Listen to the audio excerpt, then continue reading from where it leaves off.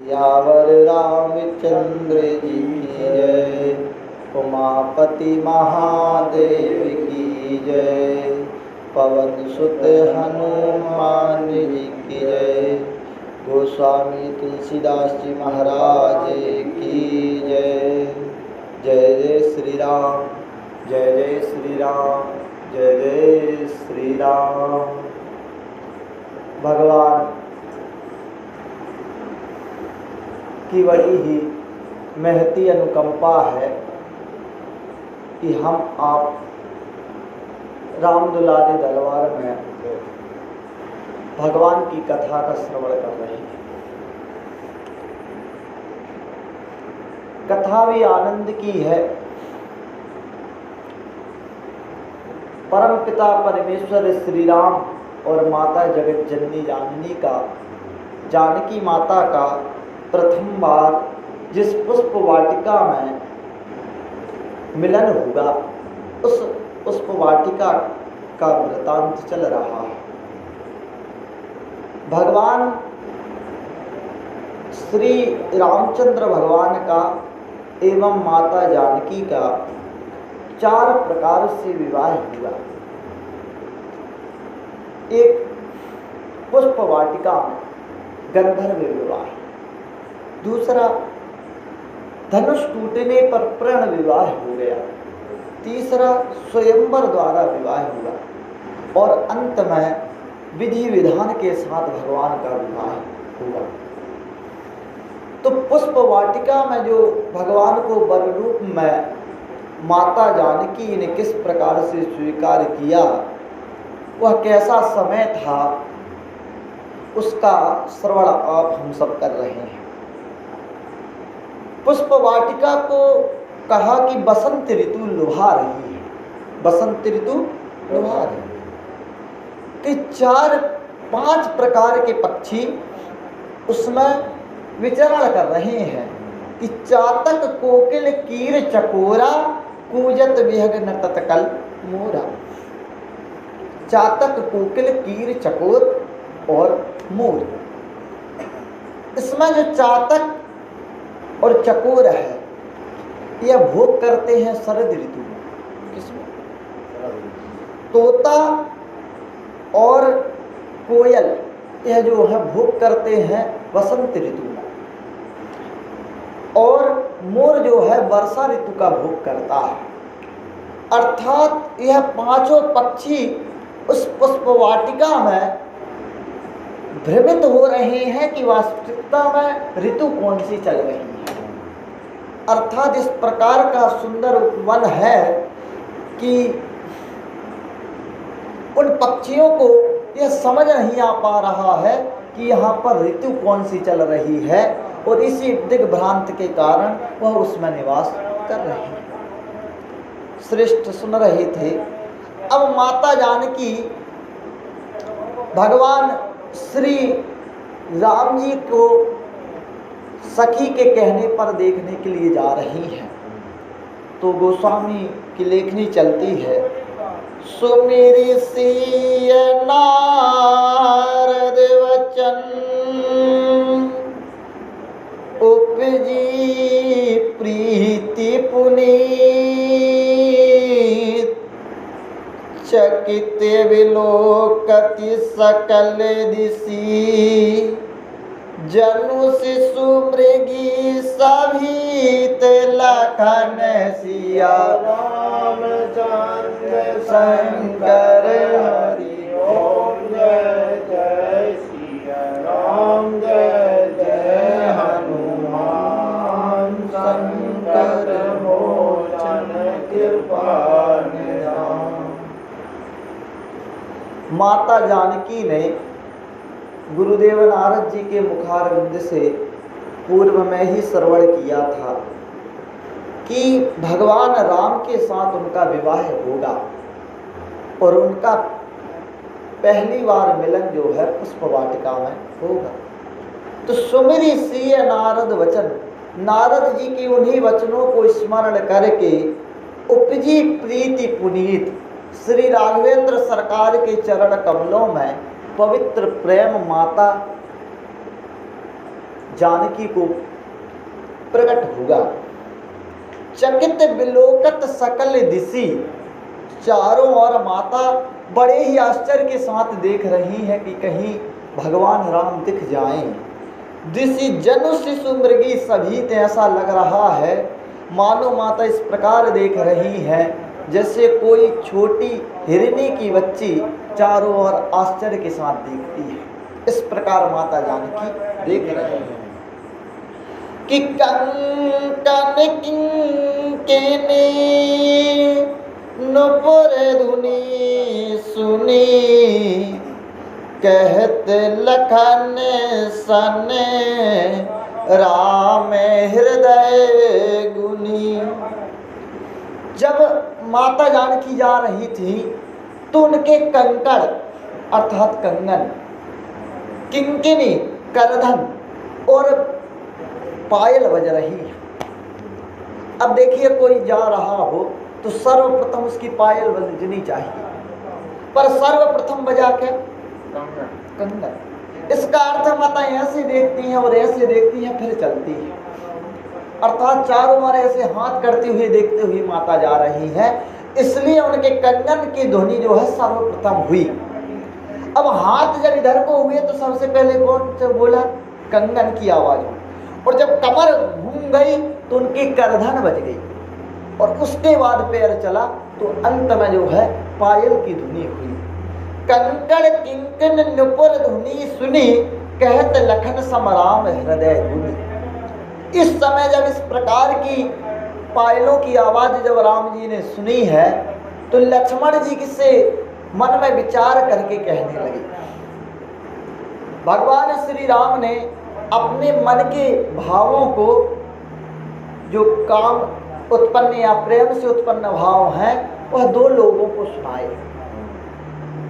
एक है इसी प्रसंग में लक्ष्मण जी को सुना रहे हैं कि उनके मन में किस प्रकार की अनुभूति हो रही है, और एक विरह के समय अरण्य कांड किष्किंधा कांड में श्री हनुमान जी महाराज को सुनाया है, अर्थात अपने हृदय के विचारों को सुनाया, जबकि दोनों ही परम वैरागी हैं।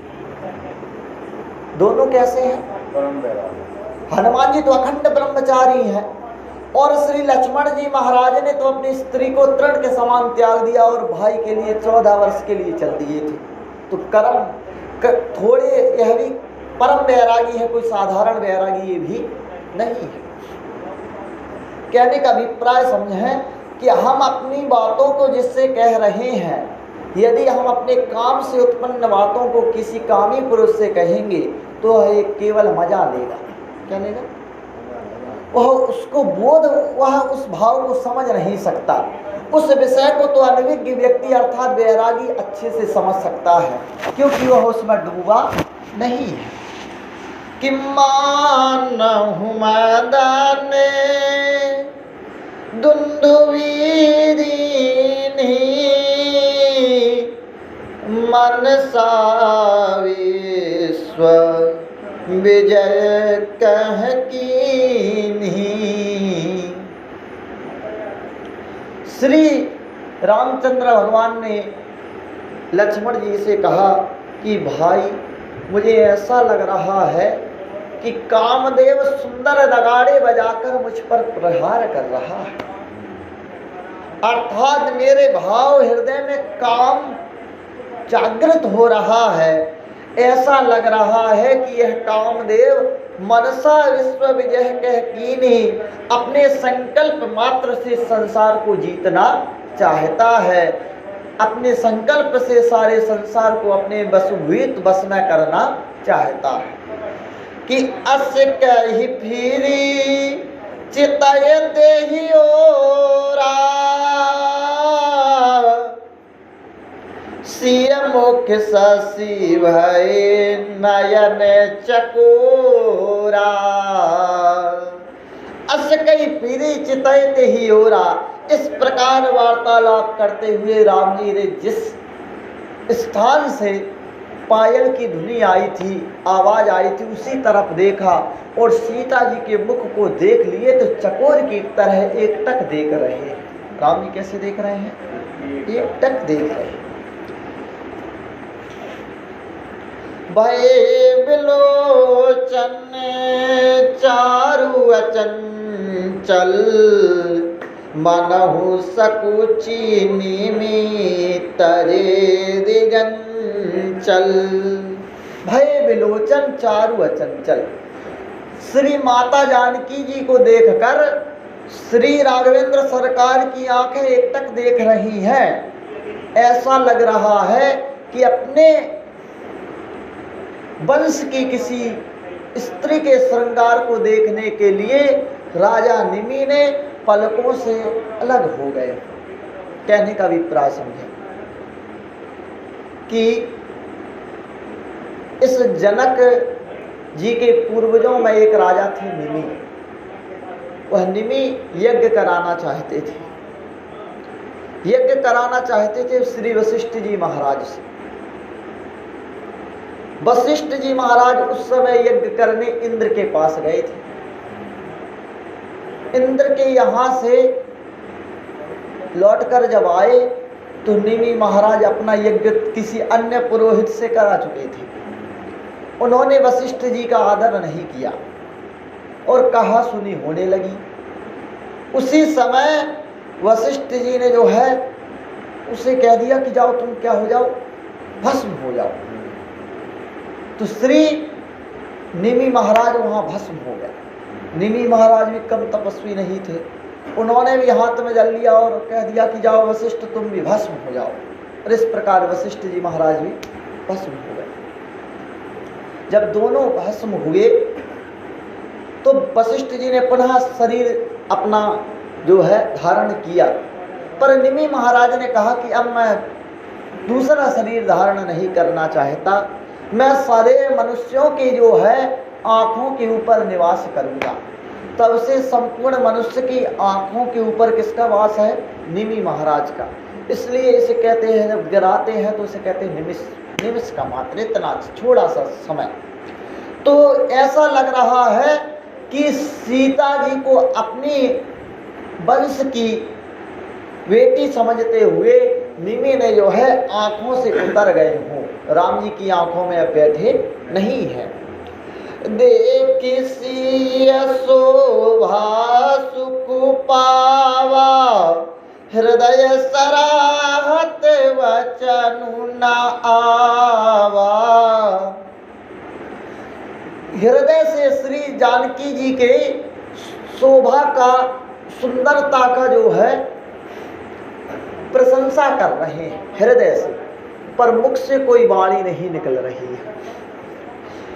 मानस में 3 नारियों को बड़ा सुंदर कहा, 3 स्त्रियां हैं जिनको बड़ा सुंदर कहा कि मैं तनया मंदोदरी नामा परम सुंदरी नारी ललामा।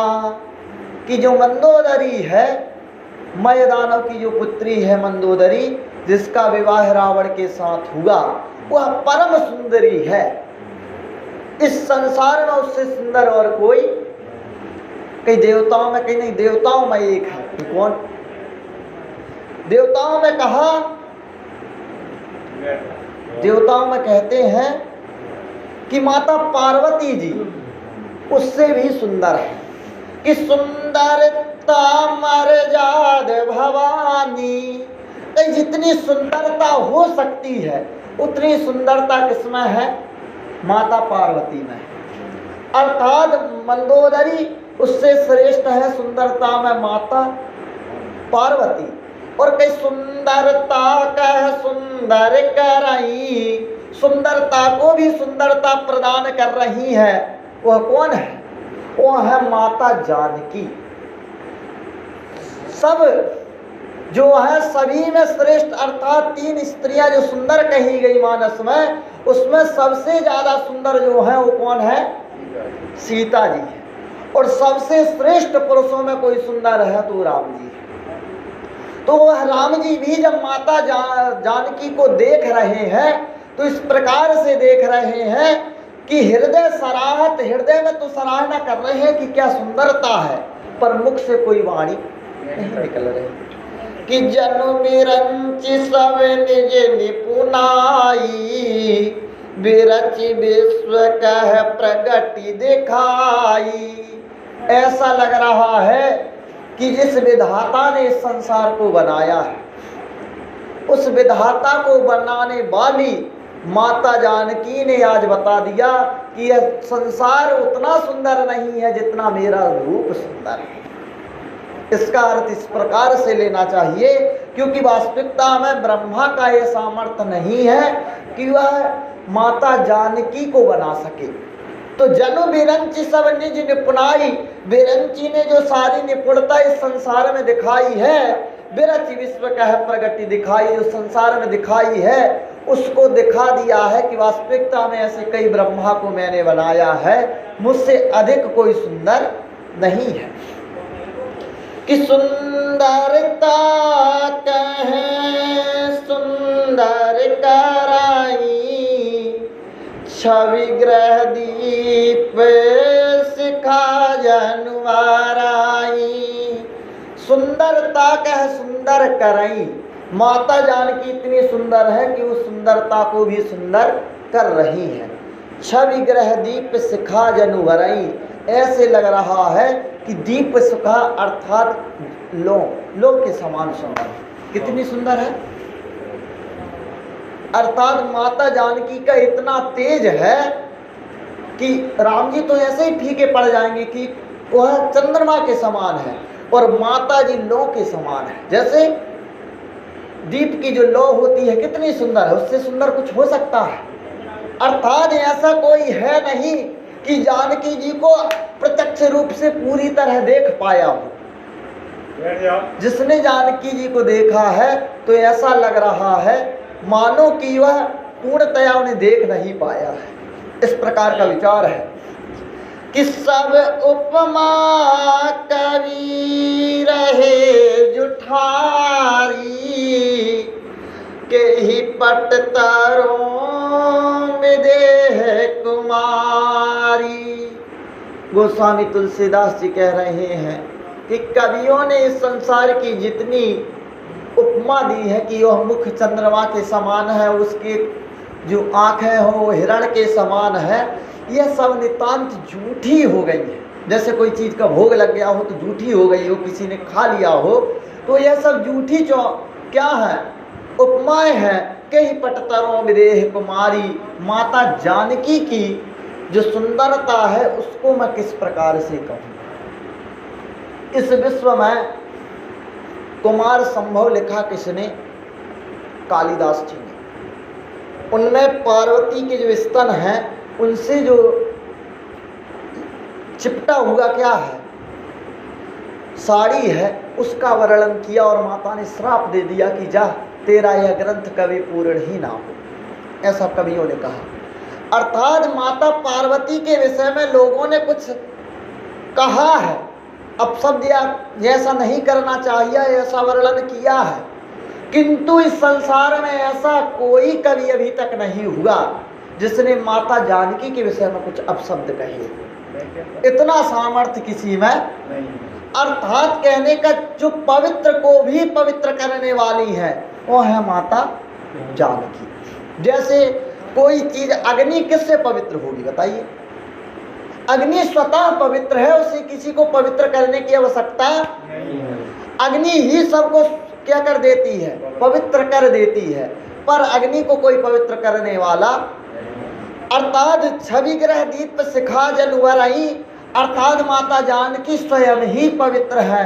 अग्नि के द्वारा या किसी के द्वारा उनकी पवित्रता के विषय में संदेह करना या कुछ कहना यह तो नितांत झूठ है, व्यर्थ की बकवाद है और कुछ नहीं है। सिय शोभा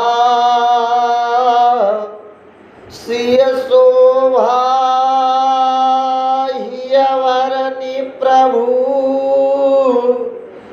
आपनी दशा विचारी, बोले सुचि मन अनुज सना, बचन समय अनुहारी, लखन सिया रामचंद्र शंकर हरि। ओम जय जय सिया राम जय जय हनुमान। संकट मोचन कृपा निधान, सिय शोभा ही अवरनि प्रभु। हृदय से भगवान श्री राम सीता जी की शोभा की बड़ी प्रशंसा कर रहे हैं। अपनी दशा विचारी और अपनी दशा देख रहे हैं कि मेरे जैसा मर्यादा पुरुषोत्तम व्यक्ति भी इस प्रकार से विचलित हो रहा है। यह केवल मनोभाव है, भगवान ऐसे है नहीं। वह तो जिस प्रकार मनुष्य के अंतःकरण में किस किस भाव को आते हैं उनको दिखा रहे हैं। वास्तविकता में भगवान ऐसे नहीं है। बोले जिस प्रकार से कोई व्यक्ति रावण का रोल कर रहा हो रामलीला में, तो वास्तविकता में वह रावण नहीं है, वह तो केवल रावण का पाठ बजा रहा है। उसी प्रकार भगवान मानव का पाठ बजा रहे हैं, उनमें मानव जैसे गुण नहीं है। बोले सुचि मन अनुज सन, बड़े ही पवित्र मन के साथ लक्ष्मण जी महाराज से श्री रामचंद्र भगवान कहते हैं। राम सीता जी को देखते हुए राम जी कह रहे हैं, वचन समय अनुहार, उस समय कैसे वचन कहने चाहिए उस प्रकार के वचन कह रहे हैं। कैसे कहने चाहिए कि तात जनक तन आयह सोई, धनुष यज्ञ जहि कारण होई। भगवान ने लक्ष्मण से कहा, हे भाई लखन, यह वही जनक जी की पुत्री हैं जिनके लिए धनुष यज्ञ हो रहा है। इन्हीं के लिए धनुष यज्ञ हो रहा है। देख लीजिए कितनी अप्रतिम है कि पूजन गौरी सखी ले आई, करत प्रकाश फेरत फुलवाई। पूजन गौरी सखी ले आई, इनको गौरी पूजन के लिए सखियां लेकर आई हैं। कौन लेकर आई हैं? सखियां पूजन के लिए लाई हैं। करत प्रकाश फिरत फुलवाई। देखो तो हम सब तो फीके पड़ गए इनके सामने कैसे पड़ रहे हैं? तेज इतना है कि देखते ही लग रहा है। अब पता ही कभी कह रहा है कि जैसे दीप की लो लग रही हो, उस प्रकार माता जानकी है।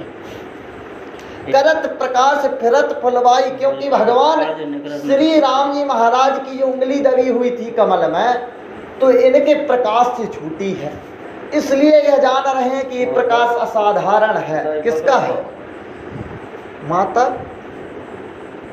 एक कहने का अभिप्राय है कि यह जो प्रकाश है माता का है, अन्य किसी का नहीं है। इतना सामर्थ्य अन्य किसी का नहीं है कि जासु बिलोकी अलौकिक शोभा, सहज पुनीत मोर मनु शोभा।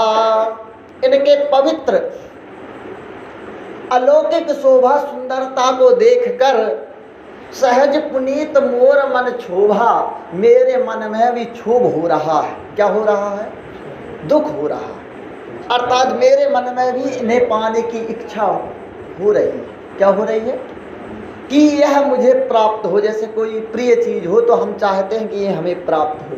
उसी प्रकार भगवान श्री राम जी महाराज कह रहे हैं कि माता जानकी को देखकर मुझे इस प्रकार का भाव आ रहा है कि यह मुझे प्राप्त हो। मेरे मन में क्षोभ हो रहा है कि सो सब कारण जान विधाता, फर कहीं सुबद अंग सुनु भ्राता।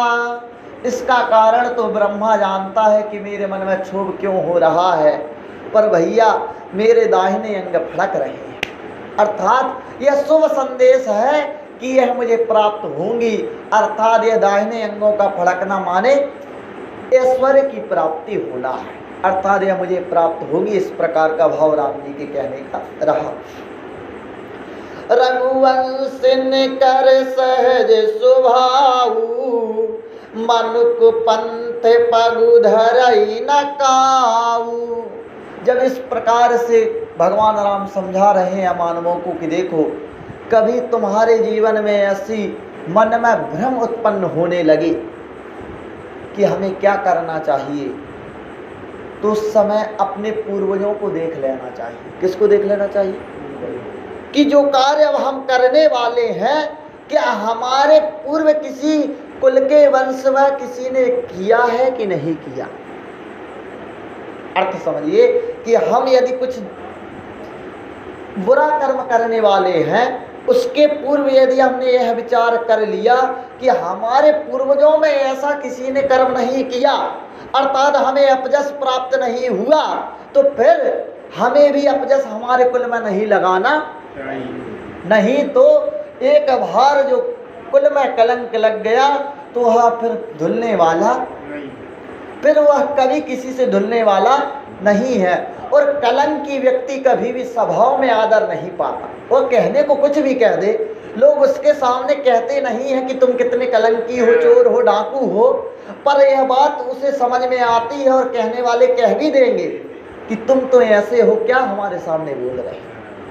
तो भगवान श्री राम कह रहे हैं, जिस प्रकार मेरे मनोभाव उत्पन्न हो रहे हैं, मेरे वंश में ऐसे किसी ने तो गलत कर्म नहीं किया, तो मैं भी इस प्रकार का कोई भाव नहीं रखता कि रघुवंशिन कर सहज स्वभाव, हमारा कुल पवित्र है तो मैं अपने कुल में दाग बनना नहीं चाहता। मोहि अतिशय प्रतीति मन केरी, जेहि सपने पर नारी नहेरी। राम जी कह रहे हैं कि सुनो, श्रेष्ठ लोग इस संसार में तीन हैं। कितने लोग श्रेष्ठ हैं?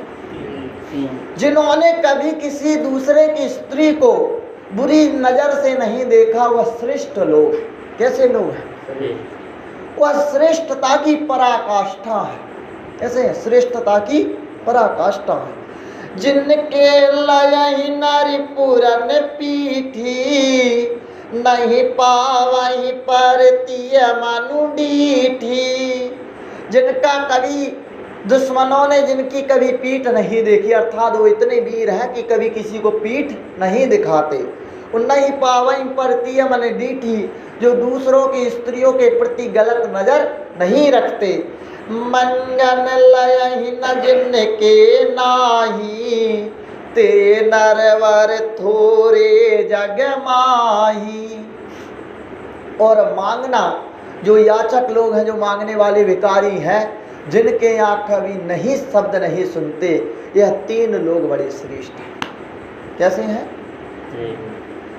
अर्थात तीन प्रकार के वीर हैं। एक है चरित्र वीर, जो किसी की स्त्री को क्या नहीं, गलत नजर से नहीं देखता। दूसरा है रणवीर, अर्थात वो ऐसा वीर है कि किसी को पीठ नहीं दिखाता। और एक है दानवीर। कैसा वीर? दानवीर, जो कि किसी को कभी बिना दिए नहीं लौटा रहा है। ये तीन प्रकार के वीर इस संसार में कहे। एक बार क्या हुआ, युधिष्ठिर महाराज ने विचार किया कि हम लोगों को सोने का पर्वत दान करेंगे, तो भैया खोदते और दान देते। तो भगवान श्री कृष्ण ने कहा कि युधिष्ठिर, तुमसे अब यह दान पूरा होने वाला नहीं, कि इस संसार में इसका दान कर सकता है तो वह कर सकता है कौन? दानवीर कर्ण। उसको बुलाया जाए। अब श्री कृष्ण की बात पांडवों के प्रिय, पांडवों ने न चाहते हुए भी कर्ण को बुला लिया। कर्ण ने डंडी पिटवाई कि आज दानवीर कर्ण जो है कुछ दान देना चाहते हैं, सभी लोग इकट्ठे हो जाएं। तो सुना कि दानवीर कर्ण दान कर रहा है तो साधारण दानों करेगा। लोगों की बहुत भीड़ इकट्ठी हो गई और मंच पर खड़ा हो गया दानवीर कर्ण। और दानवीर कर्ण ने कहा कि सुनो प्रजा, जहां तक मेरी आवाज जा रही है, यह पर्वत मैं तुमको दान करता हूं, जाओ जितना निकाल सको निकाल लो। अर्थात दान भी वही कर सकता है जिसका सामर्थ्य है। एक क्षण में दान कर दिया, नहीं तो इतने दिनों से युधिष्ठिर उस पर्वत का दान नहीं कर पा रहे थे। और इतना सुना है और जनता फिर उस पर्वत पर चढ़ी और 10 निकाल के कूद के पूरा दान हो गया। अर्थात कहने का अभिप्राय है कि दान भी साधारण व्यक्ति नहीं कर सकता। दान के लिए जो हृदय चाहिए वह साधारण व्यक्तियों में नहीं होता। कितने नरवर थोरे जगमाही, यह तीन प्रकार के मनुष्य संसार में कम है, जो दूसरों की स्त्रियों पर गलत नजर नहीं रखते, जो कभी वीर जिनको कभी दुश्मनों को जिन्होंने पीठ नहीं दिखाया और जो सदा दान करते रहते हैं, ऐसे वीर इस प्रकार के श्रेष्ठ लोग इस संसार में थोड़े हैं। अर्थात भगवान राम ने यह बात कहते हुए लक्ष्मण को अपने से श्रेष्ठ कह दिया कि मैं तो जानकी को देख रहा हूँ, पर देखो लक्ष्मण तुम देख रहे हो तो मेरे प्यार देख रहे हो, अर्थात तुम मुझसे श्रेष्ठ क्या हो, श्रेष्ठ। यह बता दिया है कि तुम मुझसे श्रेष्ठ। भगवान श्री रामचंद्र भगवान ने कहा कि श्रेष्ठता किसी को देखना है तो लक्ष्मण से देख ले। किससे देख ले? आप जानते हो, शायद नहीं जानते होंगे कि पहले जो सुनार थे वो कैसे परखते थे कि इनका सोना खरा है कि नहीं। जैसे अब तो जो है कैरेट वगैरह 24 कैरेट का सुंदर है, ऐसे कई यंत्र आ गए जिनसे हम नाप सकते हैं कि भैया ये सोना पेयर है, माने शुद्ध सोना है। तो पहले के लोग जो थे क्या करते थे कि एक पत्थर रखते थे, उस पत्थर को कसौटी कहते हैं। क्या कहते हैं? काला पत्थर रहता था उसे लोग क्या कहते थे? कसौटी। और उस समय जो सही सोना रखता था सुनार, उसकी लाइन खींच देता था और उसके बाद जिसका लेना है उसका खींचता था और देखकर बता देता था कि नहीं भैया तुम्हारा थोड़ा सही नहीं है। इतना उन्हें अनुभव था, सुनारों को इतना पहले अनुभव रहा। तो यही सुनार है भगवान श्री राम, उन्होंने अपनी कसौटी पर एक लाइन खींच दी लक्ष्मण की, उसके बाद दुनिया नाप रहे हैं कि इनसे श्रेष्ठ अब होने वाला नहीं है। ऐसे हैं कौन? श्री लक्ष्मण जी महाराज। कि करत बत कहीं अनुज सना मनसिय रूप लोभान, मुख सरोज मकरंद छवि करई मधुप एव पान लखन सिया राम चंद्र शंकर हरिओम। जय जय सिया राम, जय जय हनुमान, संकट मोचन कृपा निधान। करतवत कहीं अनुज सन, अनुज के साथ इस प्रकार वार्तालाप करते हुए मन सिय रूप लोहान, श्री राम जी का जो मन था वो तो सीता जी के रूप में लोभित हो रहा था, अर्थात एकटक देख रहे हैं। ऐसी अलौकिक शोभा ही है कि मुख सरोज मकरंद छवि करई मधुप एव पान। जैसे भौरा है, भौरा जो होता है वो एक जगह बैठकर रस का स्वादन नहीं करता, क्योंकि यदि वह एक स्थान पर बैठ गया तो लगता है कि उसमें छेद ना हो जाए, जो माने फूल है उसमें छेद ना हो जाए। उसी प्रकार राम जी कभी उनकी कटी को देखते हैं, कभी मुख को देखते हैं। इस प्रकार एक जगह वो स्थिर अपनी नजरों को नहीं कर रहे हैं और मन को बहका रहे हैं लक्ष्मण जी की ओर देखते हुए। बोलो सियावर रामचंद्र की जय। चितवती चकित चहूँ दिस सीता, कह गए नृप किशोर मनु चिंता।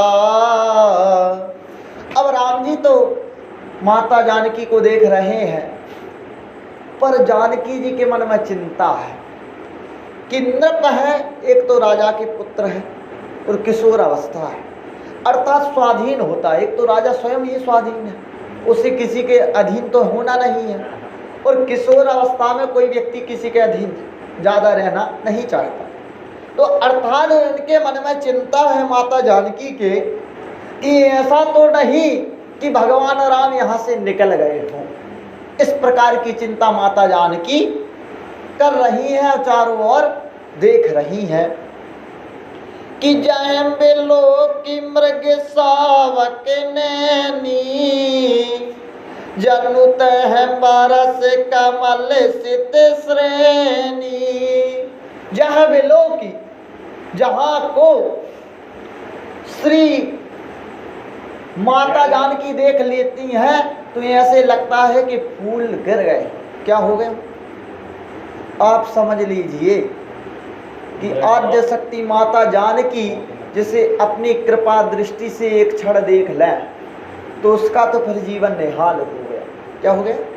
फिर उसे के जीवन में भटकाव की आवश्यकता नहीं है, पर उसके ऊपर कृपा ही है। माता जानकी ने जिसके ऊपर कृपा कर दी, पर उस पर सबकी कृपा है, क्योंकि माता जानकी से ऊपर कोई नहीं है। कि लट्टा ओट तब सकिन लखाए, श्यामल गौर किशोर सुहाए। माता जानकी राम जी को देख नहीं सकी। उसी समय एक सखी ने देखा कि देखो उस पेड़ के पीछे है, और इस प्रकार लता की ओर से भगवान को दिखा दिया एक सखी ने। किसने? अर्थात माता पार्वती ही सखी बनकर आई थी। यह प्रसंग आप सुन चुके हैं कि लता ओट तब सखिन लखाए, श्यामल गौर किशोर सुहाए। सावले और गौरी श्री लक्ष्मण जी महाराज और राम जी को दिखा दिया कि देखी रूप लोचन ललचाने, हर से जनु निज निधि पहचाने। देखी रूप, भगवान श्री राम के रूप को जब देखा तो माता जानकी के आंखों में लालच आ गया। क्या आ गया? लालच जो है दोष है कि गुण है? दोष है। माता जानकी जी के मन में लालच आ गया कि मैं इनको देखती ही रहूं, और हर से जनु निज निधि पहचाने। और ऐसी माता प्रसन्न हो गई कि यह तो मेरे ही है। वैसे है मेरे ही है।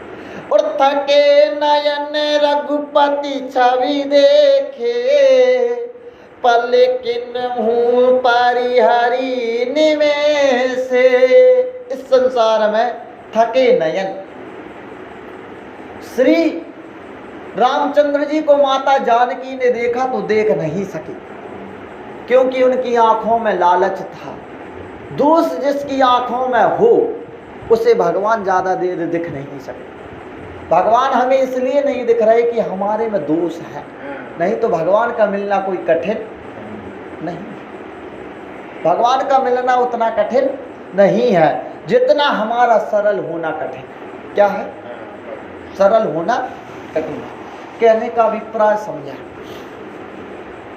कथा आप श्रवण कर रहे हैं तो कथा में आपका मन सुनता है। कथा को कान नहीं सुनते, कथा को कौन सुनता है? मन सुनता है। और कथा में बैठने से कोई अभिप्राय नहीं है। कथा आपके अंदर बैठनी चाहिए। क्या होनी चाहिए? हम इस संसार में देख रहे हैं कि एक से एक सूरमा, एक से एक धनी धनिक आए और इस संसार से चले गए, फिर भी हमारे मन में वैराग्य उत्पन्न हुआ? एक क्षण भी हम दूसरों के विषय से ईर्ष्या को छोड़ सके तो इसका अर्थ क्या होगा? वास्तविकता में यह समझ लीजिए आप कि यह जो समय है आपका स्वर्णिम समय है। अभी समय है तो आप भगवान की कथा को श्रवण कर लीजिए, क्योंकि अंत के समय में फिर ऐसा अवसर जीवन में फिर मिलेगा और आगे के युगों में मिलने वाला नहीं। आपको पता ही नहीं कि आपका फिर किस योनि में आपको क्या रूप धारण करना पड़े। और यहाँ पर आपने अच्छे से कथा नहीं सुनी तो आप फिर अपनी छाती को रगड़कर सर्प की तरह चलेंगे। कैसे चलेंगे? सर्प की तरह चलेंगे। और ये मत समझिए कि यह केवल शास्त्रों की कल्पना मात्र है, किसी ने पूर्व जन्म नहीं देखा है तो पूर्व जन्म नहीं होता है। आप यही समझें कि आपका जन्म किसी निकृष्ट घर में हुआ, किसी का उत्कृष्ट घर में हुआ, तो यहीं पर भाग्य दिख जाता है कि उसके पास 10 एकड़ जमीन है, हमारे पास क्यों नहीं है। इसका अर्थ क्या है कि आदमी जन्म से ही भाग्य को लेकर आता है। किसको लेकर आता है? भाग्य को लेकर आता है। और भाग्य कुछ और नहीं है, हमारे ही कर्मों की संपत्ति है। हम अच्छे कर्म करते हैं, वही हमारे भाग्य रूप में आता है। किसी भी प्रकार से हमसे श्रेष्ठ कर्म हो जाए तो उससे क्या प्राप्त होता है? हमें भाग्य की प्राप्ति होती है। यदि इसके बाद भी आपके मन में मेरा और पराया का भेद रहा, या आप यह जानते रहे कि भैया यही खाना पीना सोना जीवन है, तो फिर आपसे बड़ा मूर्ख इस संसार में कोई नहीं है। फिर तो कथा सुनने के बाद आप मूर्ख हैं। कैसे मूर्ख हैं? कथा का अभिप्राय ही यह है कि भगवान को आप समझ लो, और यह नहीं है कि बहुत कर्म करने की जरूरत है। ताड़का जो थी उसने क्या कर्म किया? वह रोज मुनियों को खा जाती थी। उसने ऐसा कोई निकृष्ट कर्म नहीं जो ना किया हो, पर भगवान ने उस पर दया करके क्या कर दिए? सदगति दे दिए, उसे साकेत लोक प्राप्त हुआ। तो हम यदि अपने मन से जितना हो सके कथा श्रवण करके या थोड़ा बहुत सुधर के भगवान की भक्ति कर ले तो हमारा तो वैकुंठ का जाना क्या है, तय ही है। हमें तो वैकुंठ जाना ही है और आप भी चले जाएंगे, इसमें कोई दो राय नहीं है। जाना तो हमको आपको वैकुंठ है ही। पर इस संसार के उन दिग्भ्रांत लोगों को मत देखो। विवेकानंद जी महाराज से किसी संत ने कहा कि संसार में लोग निकृष्ट क्यों हो रहे हैं? तो उन्होंने ये बहुत विचार की बात कही कि जो निकृष्ट लोग हैं ये नरक से ही आए हैं। कहाँ से आए हैं? जो निकृष्ट लोग हैं ये नरक से ही आए हैं, और वह निकृष्ट लोग जाएंगे भी नरक को। तुम सुधर सको तो सुधर जाओ, दूसरे का ठेके लेने की जरूरत। अरे जिस संसार को भगवान ने बनाया है, संसार की चिंता वो करे, तुम्हें दुनिया भर की चिंता करने की जरूरत। अरे लोग ऐसा कर रहे वैसा कर रहे, क्या कपोल कल्पना है? क्या है? यही कहा हर से निधि भगवान देख रहे हैं। भगवान तो देख रहे हैं माता जानकी को, पर जानकी लालच के कारण देख रही थी तो आंखें बंद हो गई, वो देख नहीं सकी। थके नयन, कैसे हो गए? नयन थक गए। थके नयन रघुपति छवि देखे, पलकने हूँ परी हरि निवेशे। पलकों ने भी अब उठना बैठना छोड़ दिया, आंखें माता की क्या हो गई? बंद हो गई। अधिक स्नेह है देह भाई भो